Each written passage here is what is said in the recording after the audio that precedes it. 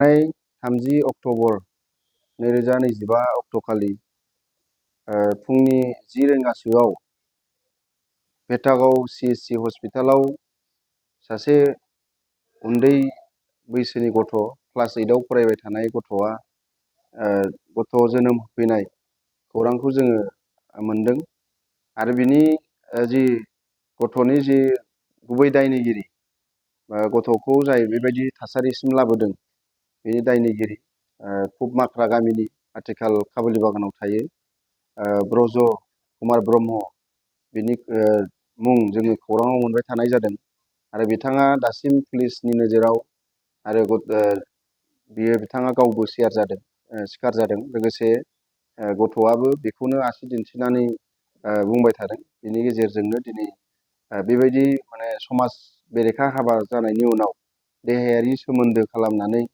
Class 8नि गथ'खौ सासे गथ'नि बिमा जाहोबाय। दा बेयो जोबोद मुगैथाव आरो दुखुनांथाव।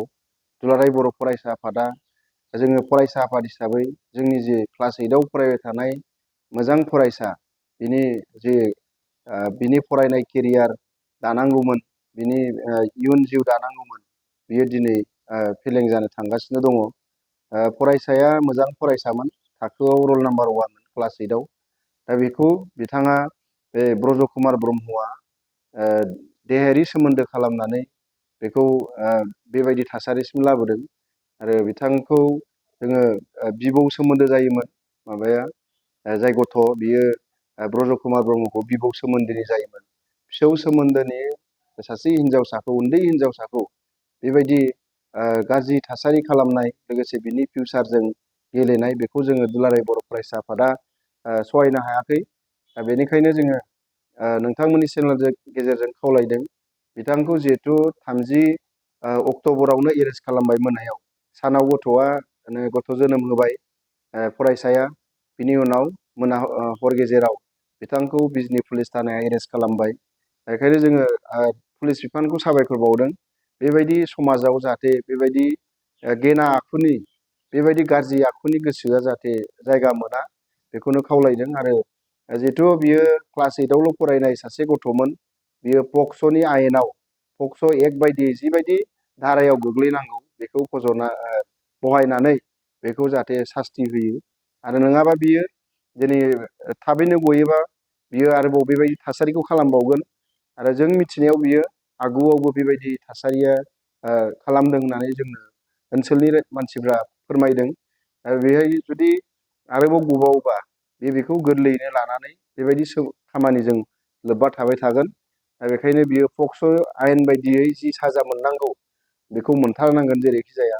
बेखौ जों दुलाराय बर' फरायसा आफादनिफ्राय पुलिस बिफानखौ जोङो दाबि खालामदों।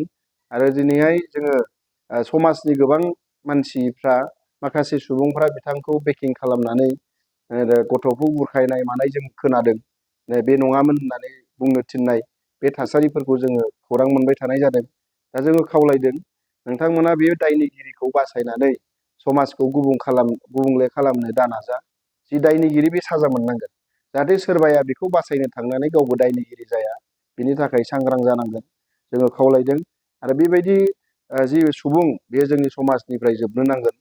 दिनै बिथाङा सासे एजेड मानसि, 62 बोसोरनि सासे बोराय मानसि, बिथाङा एक्स आर्मि खालामनानै फैबाय, भारत हादरखौ देशखौ सिबिनानै फैनाय मानसिया दिनैहाय बेबायदि गावनि न'खरनि मानसि, गावनि न'खरनि फिसौजो सोमोन्दो जानाय फरायसुलिखौ बेबायदि थासारि खालामनाया जोबोद मुगैथाव जादों। आरो जों हौवा माहारिफोरखौ लाजि फोनांनाय जादों। दिनै जोङो आइजोफोरनि सिगाङाव मोखां दिन्थिनो हाया जादों। दा बेखायनो जोङो बेबायदि सुबुंखौ जोंबो लाय होआ। बेखायनो गोख्रोंनिफ्राय गोख्रों साजा मोननांगोन पक्स' एक्ट बायदियै जोङो बेखौ दाबि खालामदों। लोगोसे दिनैहाय गथ'आ दा काजलगावनि CWCआव दंहैयो। बे गथ'आ मोजाङै जोथोन मोननांगोन। आरो जाय फरायसालियाव बे गथ'आ फरायोमोन बै फरायसालियावबो फरायफैफिननायनि परिबेसखौ जाहाथे फरायसालिया होयो बेखौनो खावलायदों। बे फरायसालिनि गोरायुं, लोगो फोरोंगिरिफोर, लोगोसे बे फरायसानि थाखो लोगोफोर, फरायसालिनि फरायसाफोरा बेखौ जाहाथे जेबो गाज्रि नोजोरै नायालाबानो बेखौ जाहाथे मोजां थासारिजों फरायलांनो थाखाय जोङो परिबेस बानायनानै होयो। आरो बिनि थाखायबो जों दुलाराय बर' फरायसा आफादा फरायसाफोरजों खावलायगोन, स्टाफजों खावलायगोन। दा बेबो फिउचार दानांगोन। गावनि जि गोरोन्थि मावजाबाय गुबुननि दारै गाव गोसो गैयामोनबाबो बेखौ खालामहोबाय गुबुना। बेखायनो जोङो बे फरायसाया जाहाथे इयुनाव मोजां फरायसा जागोन।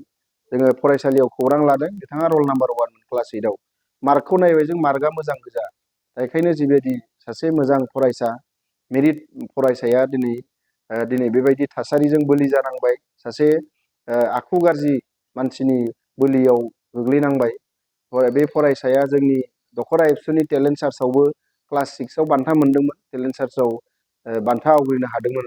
बेखायनो बे फरायसाया जाहाथे फिउचाराव सासे गोग्गो नोगोरारि मोजां फरायसा जायो, बेनि थाखाय जोङो थासारि खालामना होनांगोन। आरो जाय दायनिगिरि ब्रज कुमार ब्रह्म बिथांखौ गोख्रों साजा होनो थाखाय जोङो खावलायगोन आरो समाजा जाहाथे बेखौ बेकिं खालामा आरो बियो जेलाव पक्स' बायदियै जेसेबां सम जेल जानांगौ बेयाव थानांगोन। मानोना जोङो जोबोद दुखु मोनदों आरो जोङो लाजिदों सासे 13 बोसोर बैसोनि फरायसाखौ बेबायदि जिनाहारि खालामनानै सासे गथ'नि बिमा खालामनाया समाजनि थाखाय जोबोद मुगैथाव आरो लाजिनांथाव।